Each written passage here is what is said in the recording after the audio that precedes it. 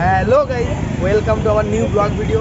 তো আজকের কিন্তু আমি যাচ্ছি মানে যেটা হচ্ছে আলিপুর জেল ছিল, সেন্ট্রাল জেল, আর ওটা এখন মিউজিয়াম হয়ে গেছে, অন্য জায়গায় জেল শিফট হয়ে। তো দেখছি মানে অনেকেই ব্লগ আপলোড করছে যে মানে অলরেডি 27 সেপ্টেম্বর থেকে চালু হয়ে গেছে না, আর আজকে আমরা যাচ্ছি মানে কি বলবো, অনেক লেট। তো চলো আমরা মানে ব্লগটা কন্টিনিউ করো আর সঙ্গে থাকো। তো লেটস গো। তো আমরা কিন্তু এখন চলে এসেছি আলিপুর মিউজিয়ামের সামনে, আর জাস্ট আমরা ঢুকবো। তো চলো আমরা এন্ট্রি করি, আর মানে পুরো বিস্তারিত এই ভিডিওতে বলবো কবে কবে অফ থাকে, কটা থেকে কটা মানে ওপেন থাকে, আর কীভাবে আসতে হবে না আসতে হবে সবই বলবো এই ভিডিওতে। তো চলো আমরা আপাতত যাই। তো আলিপুর মিউজিয়াম, এটা হচ্ছে আলিপুর সেন্ট্রাল জেল, এখন মিউজিয়াম। ও বাইরে বাইরে থেকে গাড়িগুলো এসছে এখানে, স্কুল স্টুডেন্টগুলো, এই কারণ এই টাইমটা হচ্ছে স্কুল থেকে সবাই ট্যুর করায়। দেখতেই পাচ্ছ এখানে যে স্কুল স্টুডেন্টগুলো এখানে যে আসছে বলছিলাম, দেখতেই পাচ্ছ কত স্টুডেন্ট। তো চলো আমরা এখন ঢুকি ভেতরে। এখানে যারা কফি হাউসও দিয়েছে, যেটা এখন ওপেন আছে, কফি হাউস। মিউজিয়ামের এন্ট্রি ফি হচ্ছে 30 টাকা, ঠিক আছে। আর ওদিকে লাইট অ্যান্ড সাইটসের জন্য 100 টাকা, দেখতে পাচ্ছ বোর্ড। আর এখানে দেখো মিউজিয়ামে 30 টাকা। আর এখানে এইগুলো দিয়েছে ফাঁসির মঞ্চে যারা যারা ছিল, যাদের ফাঁসি হয়েছে কত সালে, এইগুলো আছে। সো আমরা এখন এন্টার করব ভেতরে, ঠিক আছে। জাস্ট চলো ভেতরে। এখানে জাস্ট বাগানগুলো দেখো, এগুলো হচ্ছে স্টোর রুম, ঠিক আছে। এগুলো এগুলো এটা হচ্ছে ম্যাপ, ঠিক আছে। ওদিকটা বাম দিকে আছে ফাঁসির মঞ্চ, এটা হচ্ছে বাংলার ম্যাপ, এটা এখানে করে রেখেছে। এটা হচ্ছে ইংলিশে ম্যাপ। তো দেখো এখানে কিছু বিপ্লবী আমাদের আছে এখানে, দীনেশ মজুমদার, রামকৃষ্ণ বিশ্বাস, দীনেশ গুপ্ত, প্রমোদ চৌধুরী, অনন্ত হরি মিত্র। এ বেশ ভালো করে করেছে, লোহার এগুলো করেছে স্ট্যাচু। সো ফাঁসির মঞ্চ এন্ট্রি। তো এখন কিন্তু আমরা আছি মানে যেখানে ফাঁসির সব কিছু কাজকর্ম হতো। তো এটা হচ্ছে ডিটেনশন হল। তো আমরা এখন হলে যাবো, আসো। তো এখানে এরকম কিছু মানে কামরা আছে, রুম আছে, যে রুমগুলোতে মোটামুটি ফাঁসির আগের দিন এখানে রাখা হতো। দেখিয়ে দাও ভালো করে একটু। এটা হচ্ছে ফাঁসির আগের দিন রাখা হতো এখানে, ঠিক আছে। তো এরকম কিছু রুম আছে, দেখিয়ে দাও ভালো করে।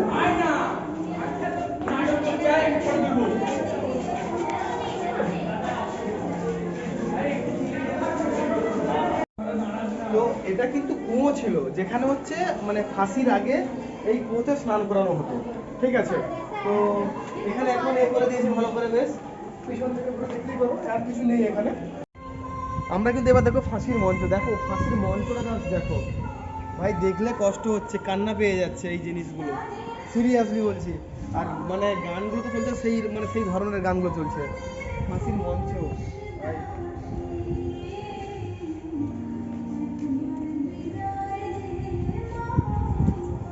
এখানে হচ্ছে বিপ্লবীরা থাকতো, যখন ফাঁসি হতো তখন হচ্ছে বিপ্লবীরা এখান থেকে দেখতো।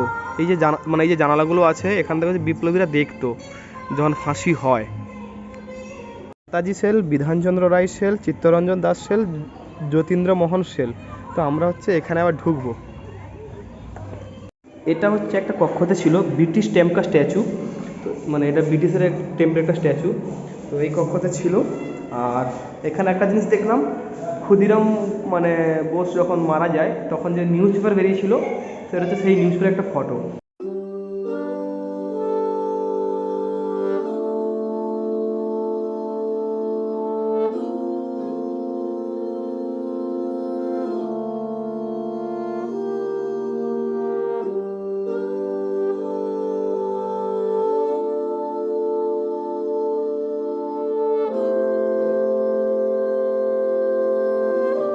এটা হচ্ছে নেহেরু কক্ষ। নেহেরু কক্ষের বিষয়ে একটু বলে দিন। নেহেরু, আচ্ছা, 17ই ফেব্রুয়ারি 1934 থেকে 7ই মে 1934, মোট 80 দিন জওহরলাল নেহরুজি আলিপুর সেন্ট্রাল জেলার এই কক্ষতে ছিলেন বন্দি।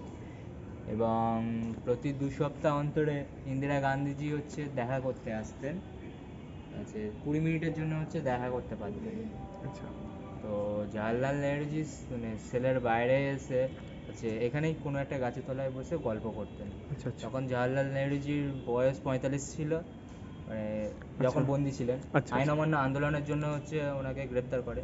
আচ্ছা আচ্ছা। এবং উনি হচ্ছে এই কলকাতায় এসেছিলেন। এর কারণ ছিল তখন হচ্ছে ইন্দিরা গান্ধী হচ্ছে মানে এতে পড়াশোনা করতাম, শান্তিনিকেতনে হচ্ছে পড়াশোনা করছিল। বীরভূমে। হ্যাঁ, যে 17 বছর তখন বয়স ছিল ওনার বয়স। আচ্ছা। ওনাকে দেখতে হচ্ছে এসেছিল, তখন ব্রিটিশ সরকার ওনাকে গ্রেপ্তার করে নেয়। তো ও। প্রতি 2 সপ্তাহ বলে। আচ্ছা, ঠিক আছে। জওয়াহরলাল নেহরুর কক্ষ, এই যে এখান থেকে এতদিন ছিলেন, ফেব্রুয়ারি থেকে মে। অলরেডি সানডে সাসপেন্স পিচি বাংলা পুরো হচ্ছে। এটা হচ্ছে জওহরলাল নেহরু, এই কক্ষে থাকতেন জওহরলাল নেহরু। সো এটা হচ্ছে ইন্দিরা গান্ধী, এখানে আসতেন ওনার প্রত্যেক 2 সপ্তাহ অন্তর বাবার সঙ্গে দেখা করতে। এটা হচ্ছে নেহরু কক্ষ। এটা কি? এইটা হচ্ছে ওয়াচ টাওয়ার। এই ওয়াচ টাওয়ারের ওপরে একটা ভিডিও শো চলছে, ট্রান্সফার অফ পাওয়ার। তো এই ভিডিও শোটা কি আপনারা দেখতে পারেন। নিচেই ওয়াচ টাওয়ারের নিচে একটা রুম আছে, যেটা হচ্ছে চ্যাপেল, যে ইউরোপিয়ান আসামিরা যারা এখানে থাকতো তারা এখানে এসে প্রার্থনা করতো, নিজের চার্চ আছে। ওয়াচ টাওয়ারে এসে এটাও আপনারা গিয়ে দেখতে পারেন। ওয়াচ টাওয়ারের পাশেই আছে যে মানিকতলায় যে বোমাবিদ্ধ হয়েছে তার একটা সিন দেখিয়েছে ওই দিকে, ওই দিকে। আচ্ছা আচ্ছা, ওই দিকটা তো। এটা হচ্ছে ওয়াচ টাওয়ার, যেটা একটু আগে বললো, তো দেখে আসি। হচ্ছে ভিডিওগ্রাফি যেটা বলছিল, এটাই হচ্ছে ওই ক্রিমিনাল সেল যেটা এতক্ষণ দেখাচ্ছিলাম। আর ওপারে যে সাদা সাদা কক্ষ, ওটা হচ্ছে পানিশমেন্ট সেল, যেটা আমি এতক্ষণ সব কিছু বললাম। যে ক্রিমিনাল সেলে হচ্ছে যারা খুব মানে মার্ডাররা, রেপ টেপ এইগুলো করতো, খুন করতো, তাদেরকে হচ্ছে ক্রিমিনাল সেলে রাখতো। আর পানিশমেন্ট সেলটা হচ্ছে তাদের জন্য, এটা হচ্ছে জেলের মধ্যেও কোনো খারাপ কাজ করতো তো তাদেরকে হচ্ছে আবার ডবল পানিশমেন্ট মানে হতো আই থিঙ্ক, তাদের জন্য এই পানিশমেন্ট সেলগুলো আর কি। সো এই দেখতে পাচ্ছেন এগুলো আছে ভেতরে, তো হালকা করে ঘুরে আসি। নর্মালি ভিডিওটা অনেকটাই বড় হয়ে গেছে। হিস্টোরিক প্রিজন ওয়ার্ড, ঐতিহাসিক কারাকক্ষ, ঠিক আছে। এটা হিস্টোরিক বলতে এগুলো 100 বছর হয়ে গেছে, মানে এই জেলগুলো সব থেকে পুরনো জেল। হ্যাঁ, তো এখানে এই জেলগুলো 100 বছর হয়ে গেছে, যার জন্য আর কি এখানে ভেতরে আমাদেরকে যেতেও দেবে না, এগুলো উঠতেও পারবো না। সো আমরা কিন্তু এখন যাচ্ছি প্রদর্শনী কক্ষ। আর প্রদর্শনী কক্ষ দেখতেই পাচ্ছেন, জাস্ট রাস্তাটা দেখো, রাস্তাটা করেছে তো অসাম। সরদা বলো, এখানে এসে কি মানে কেমন লাগছে? নতুন এক্সপিরিয়েন্স। সিরিয়াসলি আমরা যেগুলো পুরো নতুন জানতাম না, জায়গা, মানে এই জেলের জিনিসগুলো সম্বন্ধে। টোটালি মানে আমাদের আউট অফ মাইন্ড ছিল, যে এই মানে কি হয় না হয়, জেলে কিভাবে রাখে না রাখে, আমরা জানতামই না। জাস্ট অনেকটা জানতে পারছি, তাই না? জীবনে তো জেলে আসিনি, জেলের এক্সপিরিয়েন্স নেই, তো দেখে এক্সপিরিয়েন্স করছি, আর কিছু হোক আর না হোক। এটা নতুন অভিজ্ঞতা। তো যারা কলকাতার আশপাশে থাকো বলবো অবশ্যই একবার ঘুরে যেতে পারো। একদম একদম 30 টাকা টিকিট মাত্র, তাই না? এমন কোনো ব্যাপার না। হ্যাঁ। আর দেখতেই পাচ্ছ এখানে সবাই টুরিস্ট, সবাই ঘুরতে আসছে, স্কুল থেকে, অনেক কলেজ থেকে সবাই আসছে। তো আর হ্যাঁ, তার সঙ্গে বলে দিই যে কীভাবে আসতে হবে। যারা মেট্রো করে আসবেন, যতীন দাস পার্ক থেকে 1 নম্বর গেট থেকে বেরিয়ে অটো ধরবেন, চলে আসবেন, ঠিক আছে। আর তেমন তো কিছু ইনফরমেশন দেওয়ার নেই, তাই না? চলো প্রদর্শনী প্রদর্শনী কক্ষতে আমরা কক্ষটা যাই। দেখাই। সো এটাই হচ্ছে এক্সিবিশন হল, যেখানে এইগুলো আছে আলিপুর জেল, নিজের সম্বন্ধে বিপ্লবীদের গল্প। তো এই ভেতরে যাবো, প্রজেকশন চলছে এখানে, ভেতরে একটু যাই। স্বাধীনতা সংগ্রামে প্রধান বিরোধীদের অন্যতম ছিলেন নিষ্ঠুর ব্রিটিশ অফিসার কিংসফোর্ড, যিনি বারবার এই ধরনের সংবাদপত্র নিষিদ্ধ করেছিলেন। শহরে উনি ছিলেন বিপ্লবীদের প্রধান লক্ষ্য।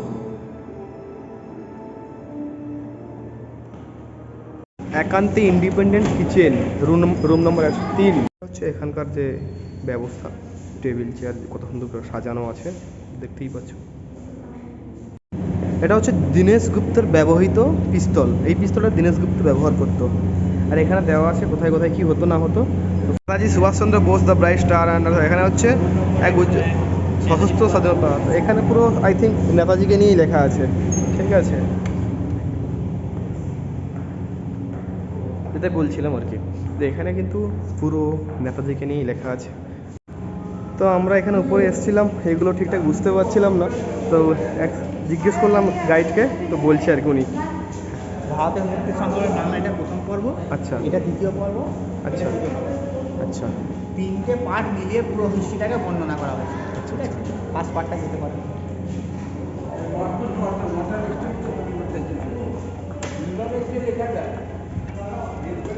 এটা হচ্ছে ফার্স্ট পার্ট, তাই তো? এটা ফার্স্ট পার্ট। হ্যাঁ, এটা হচ্ছে ফার্স্ট পার্ট।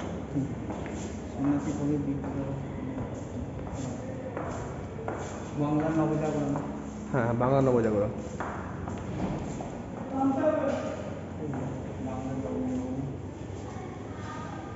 বাংলাদেশ বিদ্রোহ। সাঁওতাল বিদ্রোহ, বিদ্রোহকাল এগুলো হয়েছিল।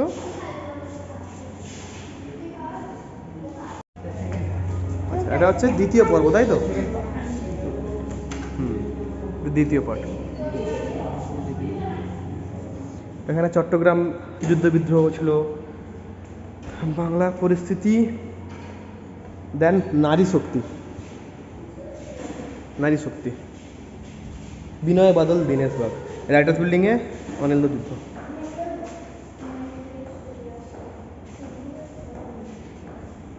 বুড়িবালামের যুদ্ধ, বিপ্লববাদী, বঙ্গভঙ্গ আন্দোলন, ইতিহাস, বঙ্গভঙ্গ আন্দোলন, এখানেই পড়াশোনা হয়ে যাবে। প্রবলেম। তারপরে ভিতরে যাবো। কোন পারে? এইটা এইটা এইটা না, এইটা বোঝা যাচ্ছে। আমরা ওখানে কি এসে টান মুক্তি সংগ্রাম, রবীন্দ্রনাথ সংকট, স্বাধীন ভারত, দোষ বিভাগ, ভাতৃবাকি দাঙ্গা, কদম কদম বড়ায়ে যা,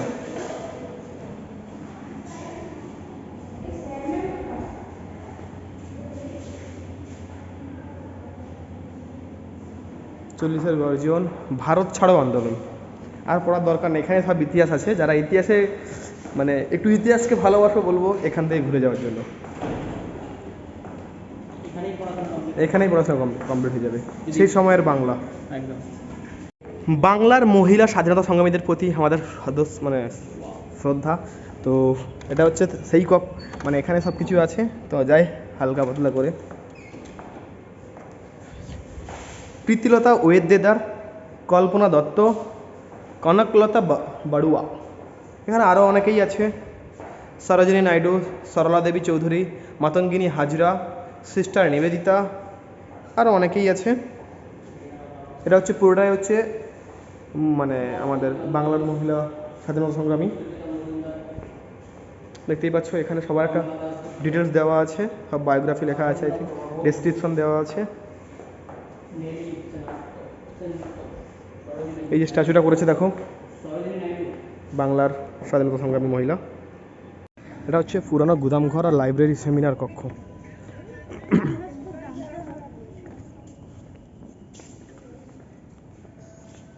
এইগুলো হচ্ছে সব যারা লিখে এখানে গেছে, এগুলো বই, এখানে টেবিলে বসে পড়তে পারো। লাইব্রেরি, বেশি বই নেই, জাস্ট অল্প কটাই আছে, বাট ভালো ভালো বই আছে, এখানে বসে পড়তে পারো। সো যেটা বলেছিলাম এখানে আসবো, ফার্স্টেই বলেছিলাম গড়ার এই লৌহ কপাট ভেঙে ফেলো, করের ওপার রক্তে জমাট, শিকল পূজার পাষাণ বেদি। যাই হোক আর পড়বো না। এটা একটা কবিতা ছিল। তো আর এর পাশেই দেখতে পাচ্ছ কফি হাউস। এগুলো হচ্ছে স্টল, খাওয়ার স্টল, এগুলো এখনও সব বন্ধ, দুটো আছে আপাতত, দেখতেই পাচ্ছ। তো এখানে যাবো আমরা, চা সিঙ্গাড়া খাবো।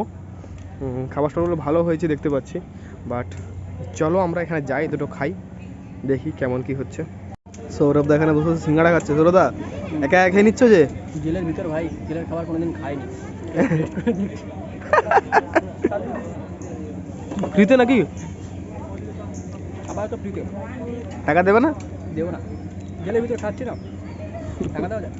ও চাই দিতে হবে, কিছু করার নেই আমার। এটা হচ্ছে এক্সিট গেট, আমরা আবার বেরোবো।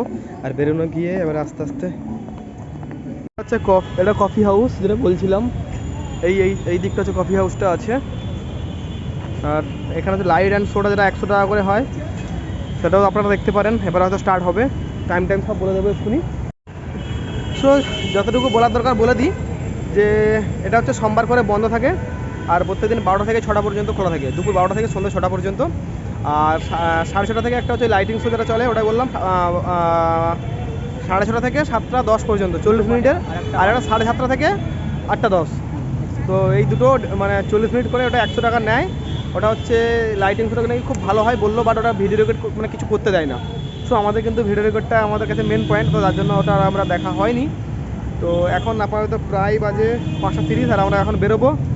তো আশা করি আমার ব্লগটা ভালো লাগবে। সত্যি বলতে আলাদা একটা মানে অভিজ্ঞতা এখানে, তো আগেও আমরা এভাবে কোথাও যাইনি এইভাবে। তো যারা যাওনি অবশ্যই বলবো, যারা কলকাতার আসাতে থাকো 30 টাকা দিয়ে এখানে ঘুরে যেতে পারো। তো চলো, জেলের নতুন এক্সপিরিয়েন্স। হ্যাঁ নতুন এক্সপিরিয়েন্স। তো চলো আজকের ব্লগটা এখানেই শেষ করছি, দেখা হচ্ছে অন্য কোনো ব্লগে। ভালো থাকো, সুস্থ থাকো, হ্যাঁ সবাই সাবস্ক্রাইব করে নিও।